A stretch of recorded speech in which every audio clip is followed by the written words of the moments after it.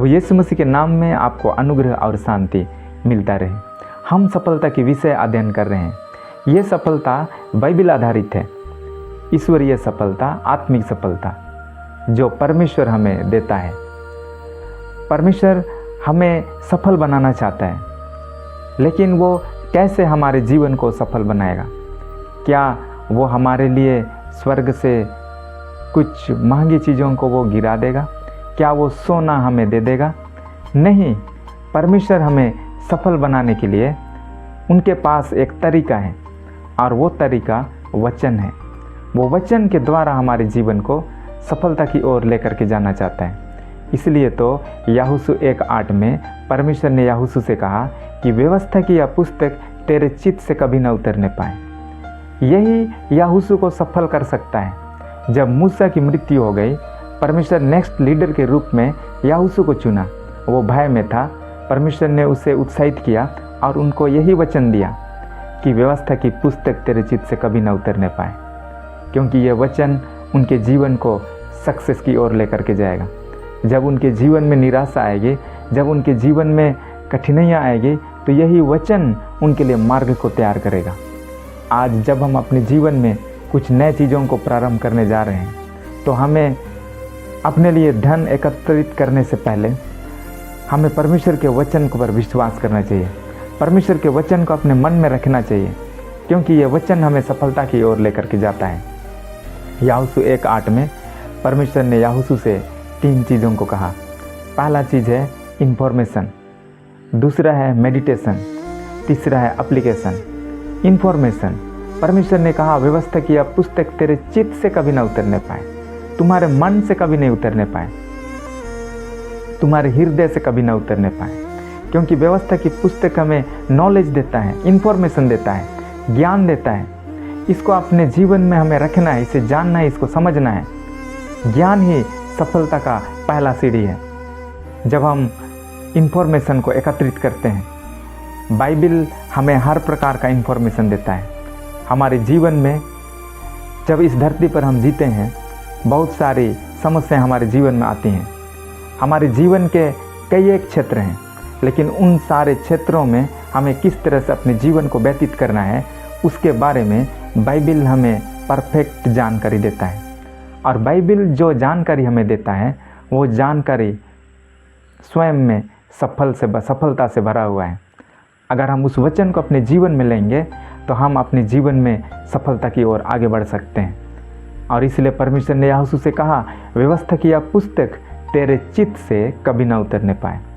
दूसरा उसने उससे कहा इसी में दिन रात ध्यान दिए रहना, उस पर मेडिटेट करना है। मेडिटेशन कहने का मतलब जो चीज़ें बाइबल में लिखी गई हैं, उन बातों को हमने अपने मन में तो रखा, ज्ञान के रूप में उसे अपने मन में रखा है, लेकिन वो मन में उसको सीमित नहीं रखना है, लेकिन उसे अब अपने जीवन में उतारना है। अपने जीवन में कौन कौन सी ऐसे क्षेत्र हैं जहां आपको कौन सा वचन को वहाँ लाना चाहिए, इसके विषय में सोचना, यही है मेडिटेशन करना।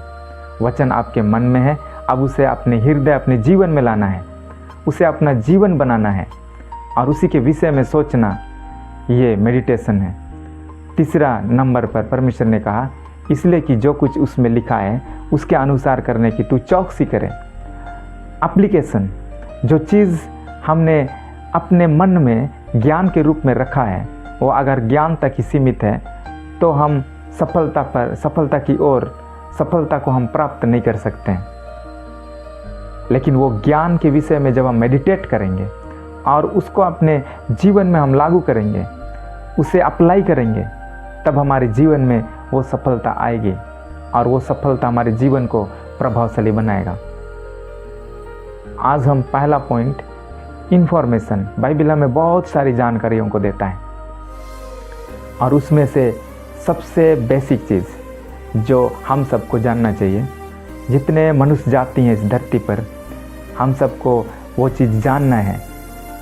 पहला इन्फॉर्मेशन जो बाइबल हमें देता है, वो परमेश्वर के बारे हमें सही जानकारी देता है, सही धारणा को प्रस्तुत करता है। इस संसार में परमेश्वर के विषय में लोगों के मन में अलग अलग धारणाएं हैं। बहुत सारे लोग परमेश्वर के ऊपर विश्वास नहीं करते हैं। बहुत सारे लोग परमेश्वर को अलग अलग तरीक़ा से समझते हैं। बहुत सारे लोग उनको एक ज़रूरत के समय में उनसे आवश्यकताओं को पूर्ति करने के लिए, अपनी मांगों को पूरा करने के लिए परमेश्वर को ढूंढते हैं, परमेश्वर के पास आते हैं। कुछ लोग उन्हें अपना ज़रूरत पूरा करने के लिए, उनको जो भी आवश्यकताएं हैं उन आवश्यकताओं को पूरा करे, ये सोच करके वो परमेश्वर को मानते हैं और परमेश्वर को वैसे ही वो समझते हैं।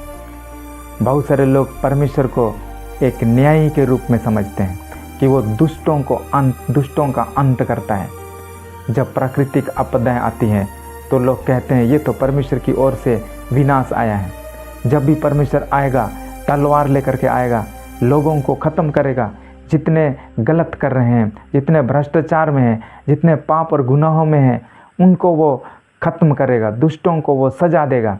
इस तरह से बहुत सारे लोगों का विचार है। लेकिन वास्तव में बाइबिल हमें राइट कॉन्सेप्ट देता है, परमेश्वर के बारे सही धारणा को प्रस्तुत करता है। और जब हम परमेश्वर के विषय में जानकारी मालूम करते हैं तो हमारा सफलता शुरू होता है, क्योंकि ईश्वरीय सफलता, बाइबिल आधारित सफलता परमेश्वर पर आधारित है। उसका सबसे इम्पोर्टेंट पार्ट है परमेश्वर। परमेश्वर का होना वहाँ ज़रूरी है। सारी सुख सुविधाएं आपके पास हैं, धन और दौलत आपके पास है, एजुकेशन आपके पास है, एक अच्छा जीवन आप जी रहे हैं भौतिक रीति से, लेकिन अगर वहाँ परमेश्वर नहीं है तो उसको हम ईश्वरीय सफलता की श्रेणी में नहीं रख सकते हैं। और इसलिए परमेश्वर का वहाँ होना ज़रूरी है, क्योंकि परमेश्वर ही इस सफलता का स्रोत है। परमेश्वर से ही यह सफलता उत्पन्न हुआ है। उत्पत्ति 2 चैप्टर में मनुष्य आत्मिक सफलता में था, वो शरीर प्राण आत्मा में सफलता में था। उनकी ज़िंदगी में तब तक पाप इंटर नहीं किया था। इसका कारण था परमेश्वर के साथ उनका सहभागिता होना, परमेश्वर के साथ एक होना। और जब उसने परमेश्वर की आज्ञा को, परमेश्वर के वचन को उसने तोड़ा और पाप में गिर गया, तो परमेश्वर उससे अलग हो गया, क्योंकि परमेश्वर पाप से घृणा करता है। जहाँ पाप है वहाँ परमेश्वर हो नहीं सकता है, और इसलिए परमेश्वर मनुष्य से रिश्ता को तोड़ दिया। जब परमेश्वर मनुष्य से रिश्ता को तोड़ा तो मनुष्य के जीवन में असफलता शुरू हो गया। उनकी ज़िंदगी में कठिनाइयाँ आना शुरू हो गई, बीमारी आना शुरू हो गया, मृत्यु आना शुरू हो गया। हर प्रकार की समस्याओं से वो घिर गया। निराशा, चिंता, सारी गलत चीज़ें उनके जीवन में इंटर की, क्योंकि परमेश्वर वहाँ नहीं था। एक दिन जब हम स्वर्ग जाएंगे, स्वर्ग में सारी चीज़ें सुख से भरी हुई हैं। वहाँ सारी चीज़ें आनंद ही आनंद की हैं। वहाँ में दुख नहीं होगा, आंसू नहीं होगा। पवित्र शास्त्र बाइबिल हमें ऐसी बताती है, क्योंकि सबसे इम्पोर्टेंट चीज़ वहाँ परमेश्वर है। परमेश्वर का उपस्थिति सफलता का जगह है। परमेश्वर का उपस्थिति हमारे जीवन में सही सफलता को लेकर के आता है। और इसलिए पहला इन्फॉर्मेशन परमेश्वर के बारे सही जानकारी को पाना कि परमेश्वर कौन है वास्तव में, परमेश्वर को हमें किस तरह समझना चाहिए और वो परमेश्वर किस तरह से काम करता है। जब हम इन सारी चीज़ों को हम जानेंगे, समझेंगे, तो हमारे जीवन में सफलता का प्रारंभ होगा। जब मनुष्य परमेश्वर से अलग हो गया तो वो परमेश्वर को भूल गया, पाप में जीने लगा। परमेश्वर की आराधना छोड़ करके वो सृष्टि की आराधना करना शुरू किया। रोमियो उसका 1 अध्याय में लिखा है कि उसने परमेश्वर की आराधना को इस सृष्टि में बदल डाला और रेंगने वाले जंतुओं और तमाम प्रकार की चीज़ों का वो आराधना करना शुरू किया।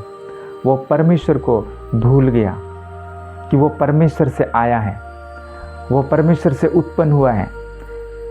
इस चीज़ को वो भूल गया।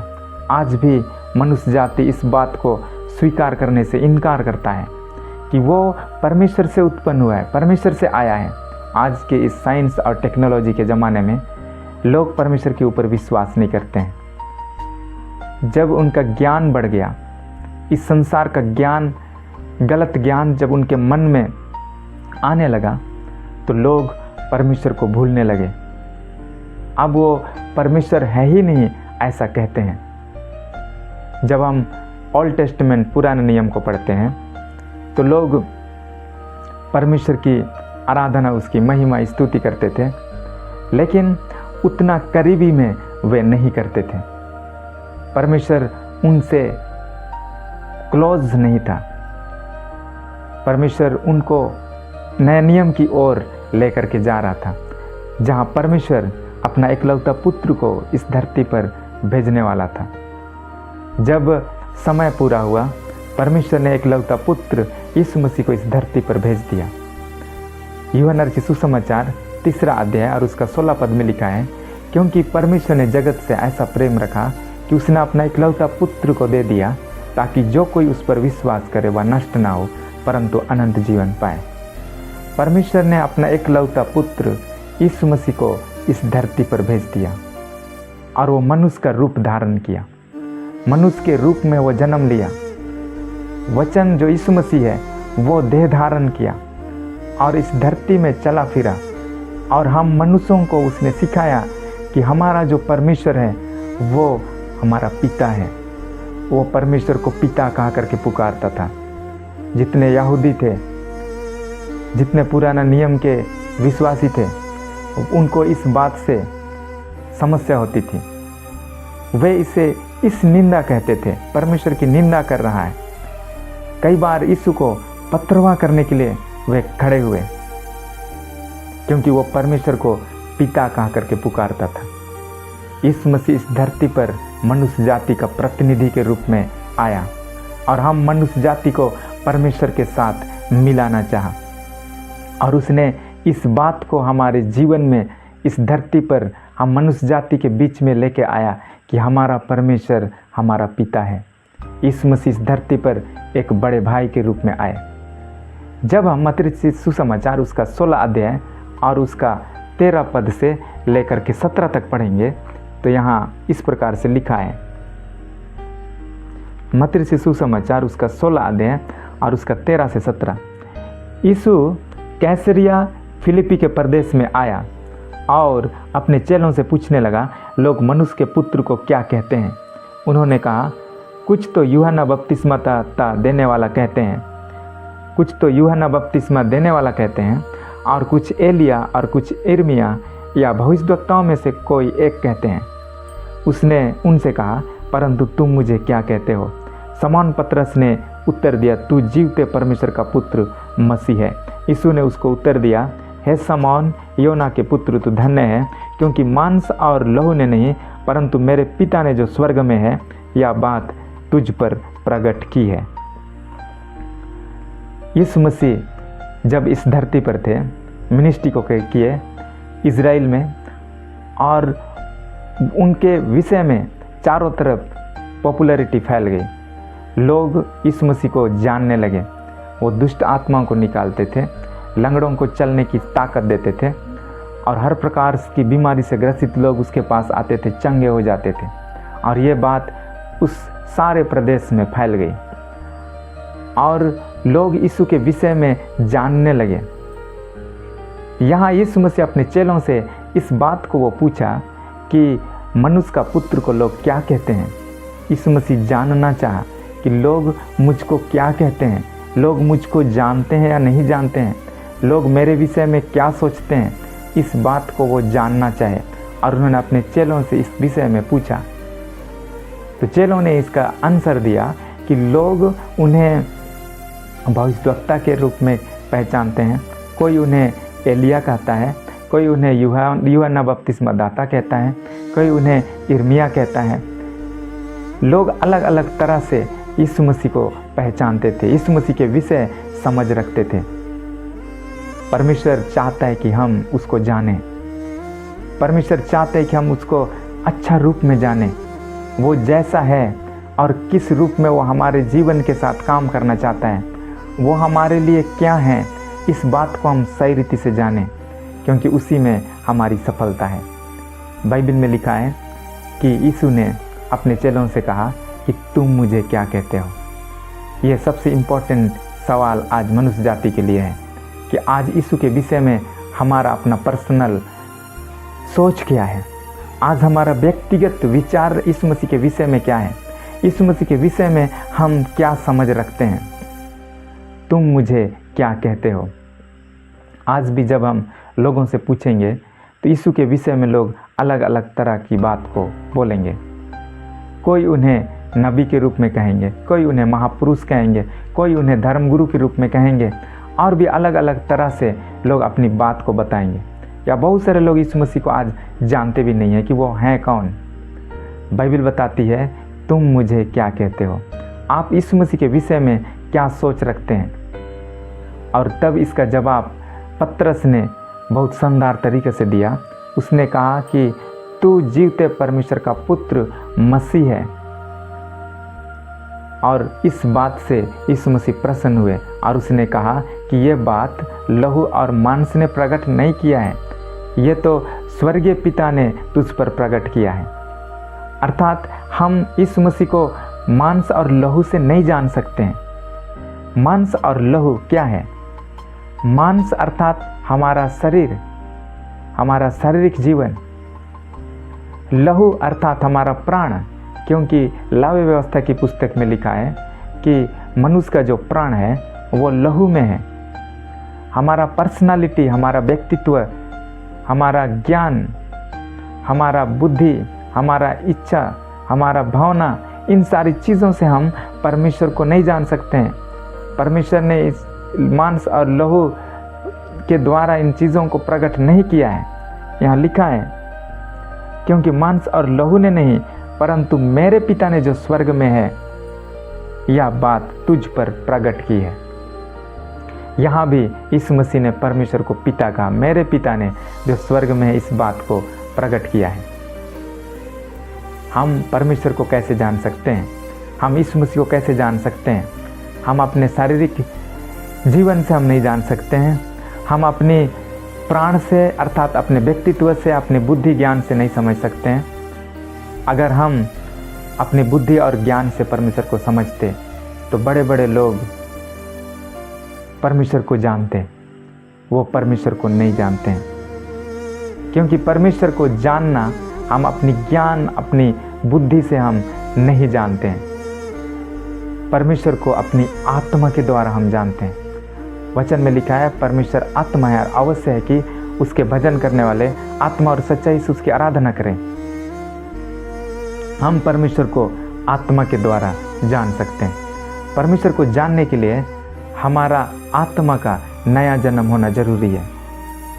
जब हम नया जन्म प्राप्त करते हैं वचन के द्वारा, पवित्र आत्मा के द्वारा, तो हमारा आत्मा एक्टिवेट होता है और इसलिए बपतिस्मा के समय लोग रोने लगते हैं। जब किसी बच्चे का जन्म होता है तो वो बच्चा रोता है। इसी तरह से आत्मिक रूप से जब हमारा जन्म होता है तो हम रोने लगते हैं और हमारा आत्मा एक्टिवेट हो जाता है। हमारे अंदर परमेश्वर को जानने की जिज्ञासा बढ़ती है। हम परमेश्वर के पास आने लगते हैं।